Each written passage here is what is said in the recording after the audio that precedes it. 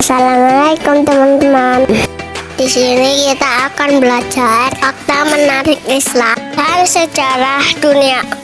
Dan jangan lupa like, comment, subscribe.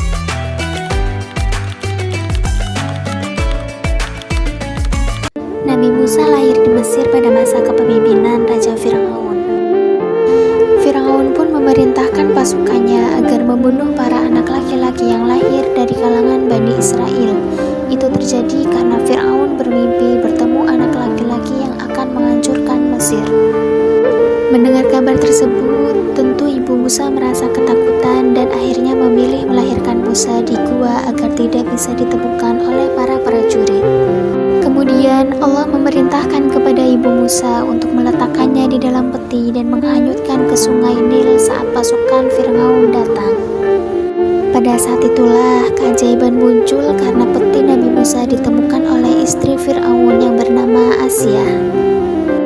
Fir'aun memang terkenal raja yang kejam, tapi ia sangat sayang terhadap istrinya sehingga ia pun menuruti keinginan Asia untuk merawat bayi Musa.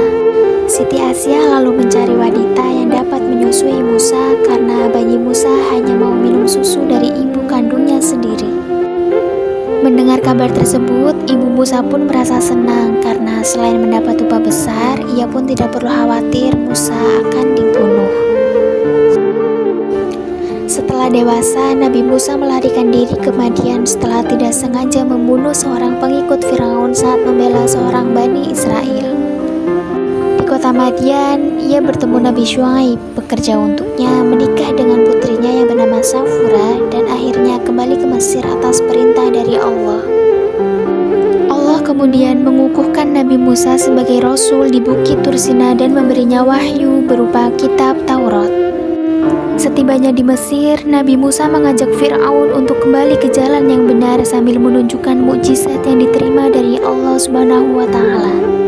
Tentu saja Fir'aun merasa murka dan ia pun memanggil seluruh tukang sihir yang ada di Mesir untuk melawan Nabi Musa alaihi salam. Namun tidak ada satupun yang berhasil mengalahkan mukjizat Nabi Musa, dan bahkan banyak tukang sihir yang mengikuti ajaran Nabi Musa alaihi salam. Lalu Nabi Musa yang ditentang oleh Fir'aun akhirnya mengajak seluruh pengikutnya untuk berpindah ke tempat yang lain. Namun ternyata ia telah dikejar oleh pasukan Fir'aun yang jumlahnya sekitar 1 juta orang, sementara pengikut Nabi Musa hanya sekitar 600 ribuan orang saja. Sesampainya rombongan Nabi Musa di hadapan Laut Merah, Allah memerintahkannya untuk memukul tongkat ke permukaan laut. Atas kuasa Allah Subhanahu wa Ta'ala, air laut dengan ombak tergulung berubah menjadi laut terbelah yang mencengangkan mata. Nabi Musa dan rombongannya segera melanjutkan perjalanan hingga tibalah mereka di daratan.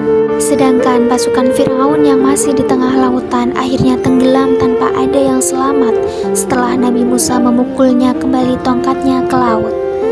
Nabi Musa dan para pengikutnya yang selamat dari pasukan Fir'aun memilih tinggal bersama kaumnya Bani Israel.